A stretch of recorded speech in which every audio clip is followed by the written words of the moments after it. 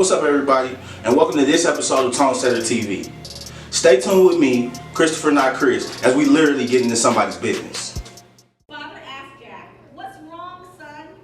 Math is too hard," complained Jack. "It just looks like you need a little help," encouraged Father.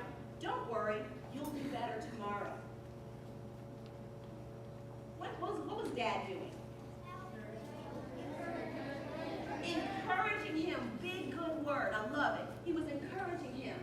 So a few days later, after some hard work, everybody say hard work. Hard work. And some studying, everybody say studying. Studying. Jack came home with some great news. What do you think it is? Thank you for tuning in to another episode of Tone Setter TV.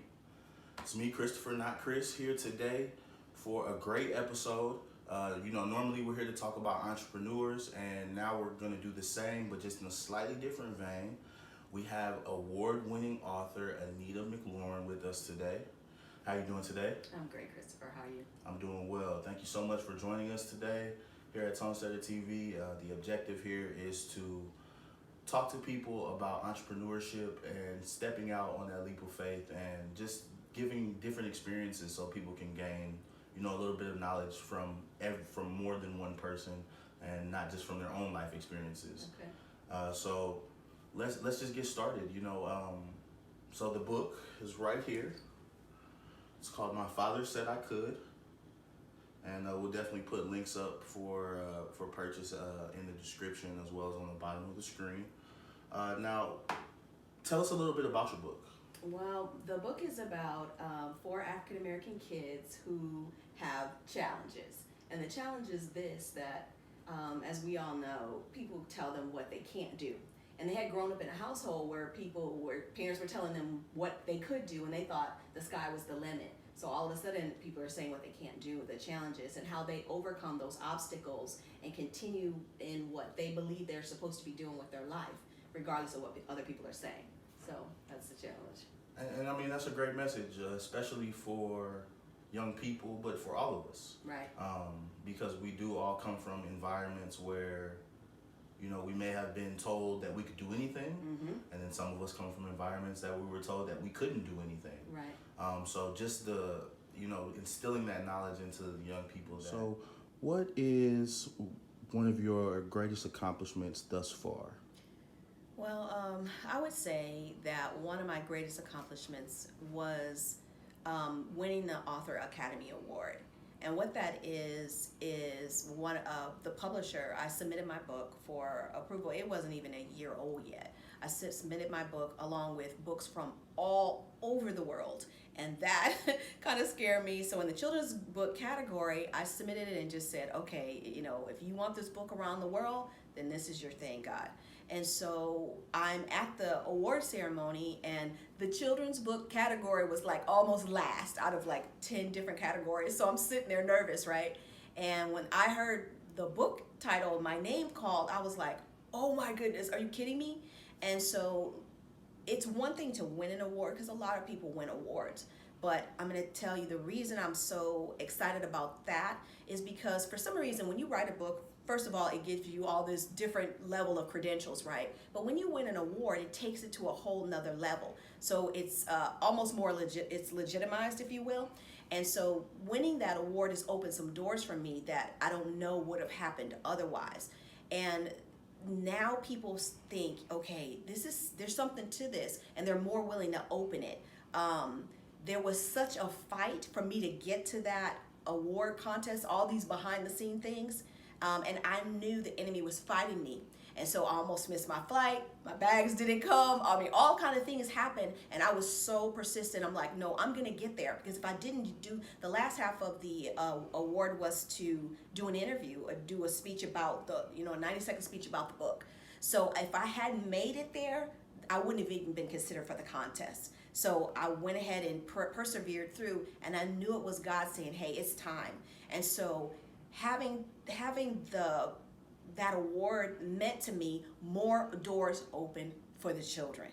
That's exactly, because the bottom line, you could get an award, you could not get an award, but the bottom line is to get to the children. And so to me, the greatest accomplishment is hearing a kid say, I now understand what my dad is saying that I can do. That's the biggest accomplishment.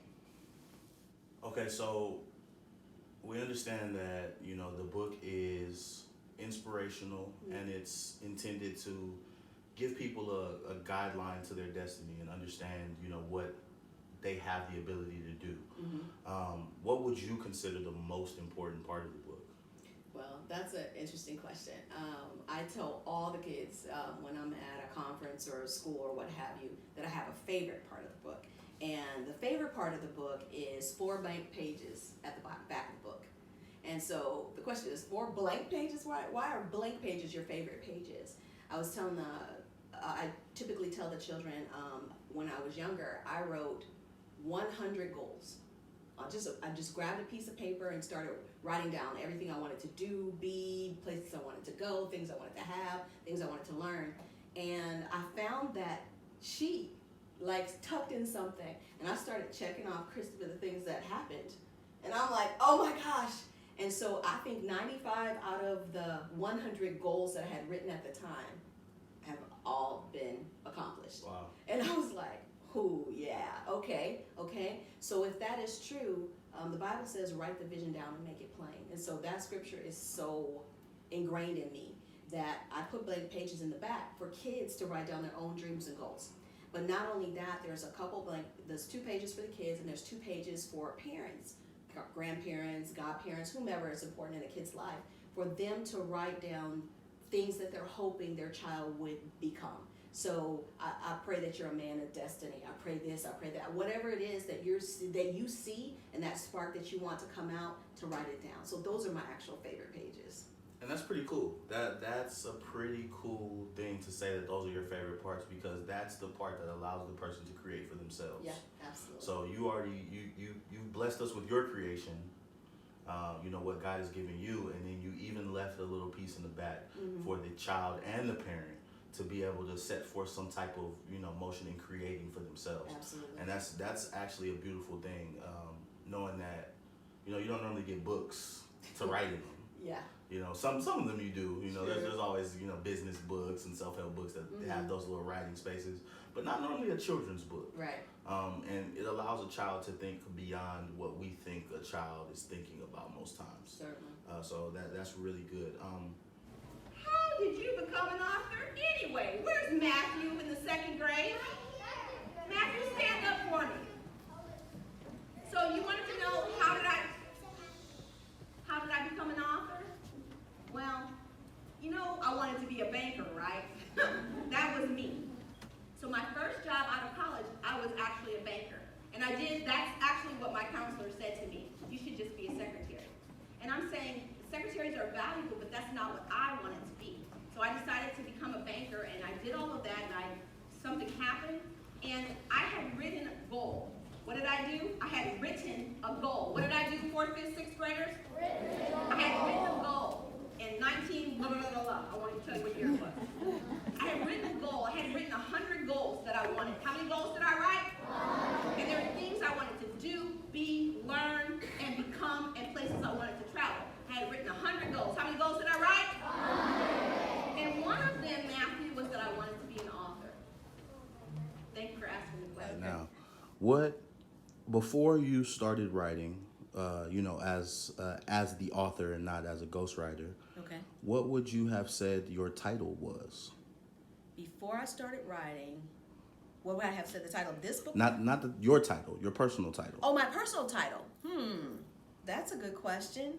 I don't want to say jack of all trades. I think when I talk to people, I'm either, and I kind of deny this sometimes, that I am a teacher. I tell people, oh, I was a corporate trainer or this or that or the other. But at heart, I'm a teacher. I'm a teacher. I think the thing that I've noticed in myself more than anywhere else, and it doesn't matter who I'm talking to, I can see potential in people where sometimes people can't see potential in themselves. And I have this thing that, I don't care if I'm at Burger King, I'll say to some young person, what are you doing here? What do you want to do?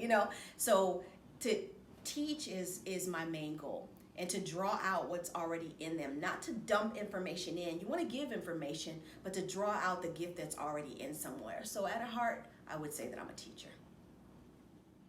Now, one thing that I appreciated about the book was that it was about fathers. Sure. You know, because we always hear about the moms. Yeah, of course. You know, Hi, Mom. It's always a kind of a running joke how Mother's Day is this big old thing, and Father's Day is like go watch the football game. Yeah. But you know, why fathers? Well, there's a backstory to it. Do you want to hear it? Yes, definitely. Well, the backstory is this: the book is all good. It's you're showing the kids from youth all the way to what they become as adults, and what the mother and father are doing and how they're supporting their kids. But the story wasn't always so in my own personal life. So at 13, my parents got divorced, and I did not understand it. We were like the Black Brady Bunch, so we were always together, always this, always that. And it had to come to a point in my life, if you've ever been through a divorce or know a death or anything, it takes you to a place you've never been. And there's hurt, there's anger, there's fear. And I had to get to a place, if I was going to make it mentally, physically, emotionally, that I had to choose. And I had to choose, do I remember this part, the negative part, or do I choose what my dad taught me? And the title is, this is what my dad said, you can. He always told us what we could do. He never told us what we couldn't do. And so I had to remember what my father said I could. And so I thought, okay, let's do something to bless my dad, because now my dad is in his late 80s. And I wanted him to know, now the forgiveness thing and all that, that's been done many years ago. So we're all good. But sometimes I see a glimpse of him with the grandchildren trying to make up for what didn't happen with us. And I don't want him to say, just chill, Dad, it's all good. And let me tell you why it's good. Because this is what we learned from you. So my mom is like the cheerleading section. My mom was always there. She knows it. She's like the prodigal sons, the one that was always there, not the prodigal son, but the brother. Mm-hmm. That's my mom. My dad was the prodigal son. So. How did you come up with the idea for your book? Where's Savannah? Is she here? Oh, hey, Zookeeper, what's happening? Hey, well, I told you already, God literally gave me the idea for the book, and I simply wrote it down. But I still didn't get it. When he gave it to me, I didn't get it. So I was telling a girlfriend of mine, I said, listen, I got this story, blah, blah, blah. You know how sometimes your brain just doesn't connect? It's so simple, it's right in front of your face, but you don't see it.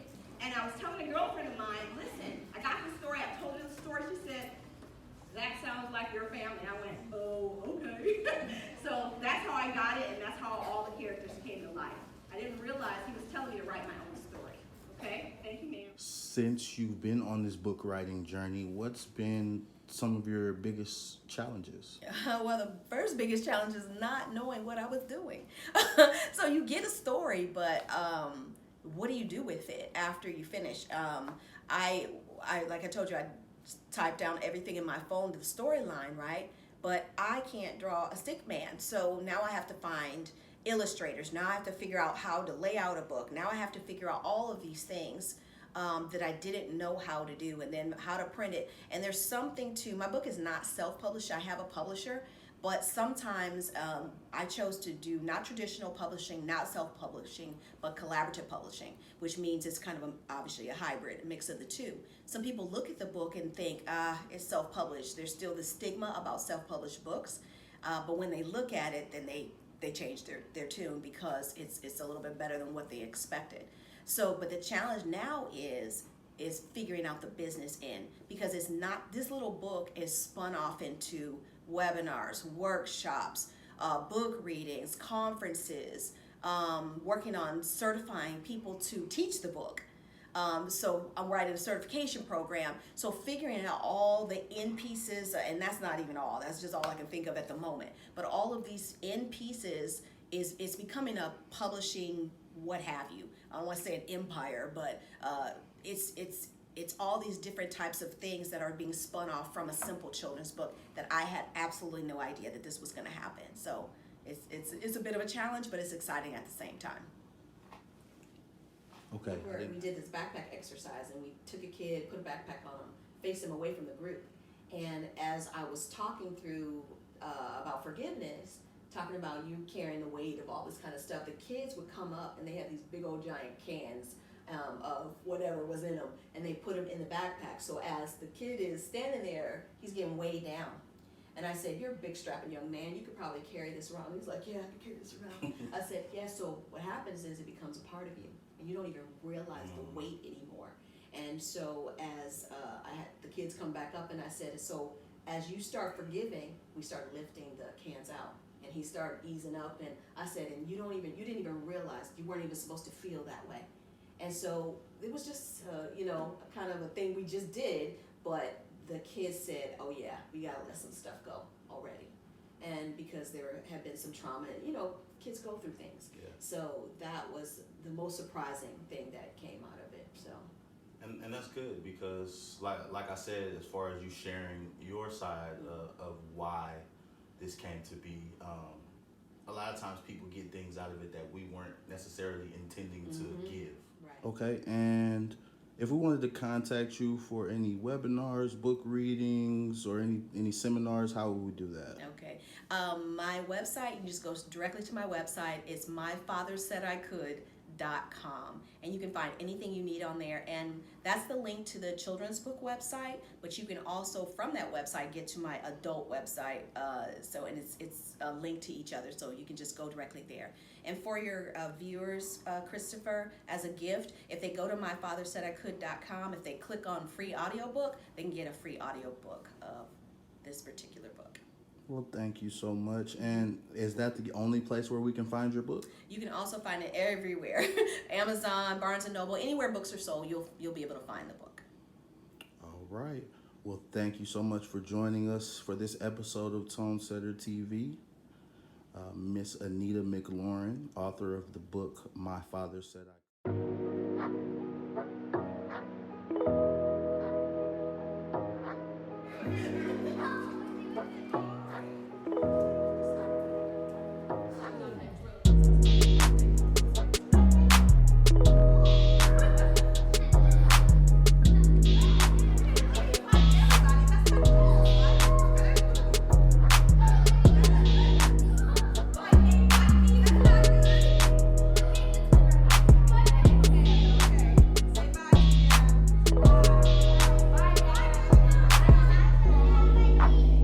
Hey, thank you everybody for joining us for this episode of Tone Setter TV.